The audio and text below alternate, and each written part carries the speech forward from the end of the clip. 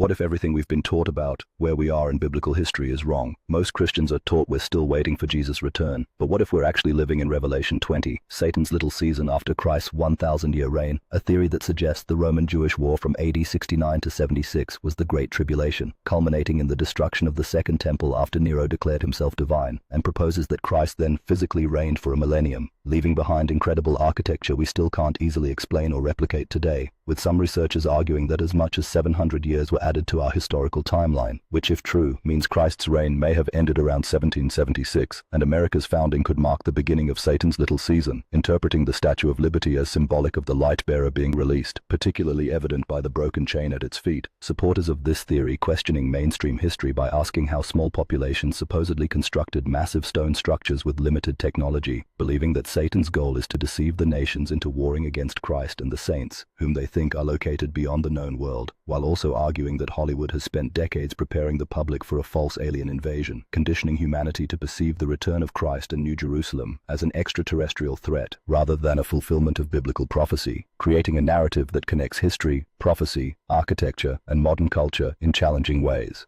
As we reflect on this intriguing perspective, one cannot help but envision a panoramic view of an ancient city in ruins, its colossal stone structures now mere remnants, casting shadows that whisper tales of survival and endurance after the Great Tribulation, while the light of hope subtly breaks through the horizon, symbolizing the potential for renewal and understanding, and transitioning to a close-up where a diverse group of individuals, comprising different ages and backgrounds, are seen gathered around a table in an intimate setting, their faces lit with curiosity and passion as they engage in earnest discussion, surrounded by books and old maps that represent the quest for knowledge, embodying the collective desire to unveil the veiled truths of our history and their implications, igniting a spark of inspiration to investigate further into these theories that challenge the norms.